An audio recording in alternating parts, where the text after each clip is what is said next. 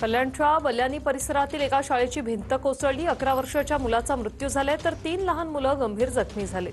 टिटवाळ्यातील KBK international शाळेजवळ मुलं खेळत असताना अचानक भिंत कोसळली।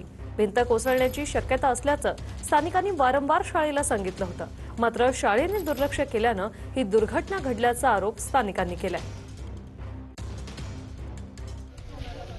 खेलने के वक्त में उनके ऊपर वो केबीके स्कूल का दीवार गिर गया, जिसमें से 2 बच्चे काफ़ी ज़्यादा जख्मी हुए और उन्हें हमने बाइक पे ले जाके दूसरे हॉस्पिटल में एडमिट किए तो वहाँ पे नहीं लिया। उसके बाद में हम रिक्शा में डाल के उनको रुक्मणी हॉस्पिटल में लेके आए हैं और खेल रहे थे बच्चे, तभी ये दीवार गिरी है और काफ़ी ज़्यादा, जिसमें से एक बच्चा हमारा एक्सपायर हो गया है। या शाळेची कंपाऊंड वॉल भिंत कंपाऊंड वॉल लहान मुलांवर कोसळली होती। त्यामध्ये या दुर्घटनेमध्ये एका मुलाचा मृत्यू झालेला आहे आणि 2 मुलांना हॉस्पिटलमध्ये भरती करण्यात आलेलं आहे। त्याची माहिती घ्यावी लागेल, सध्या तरी आता माहिती नाही।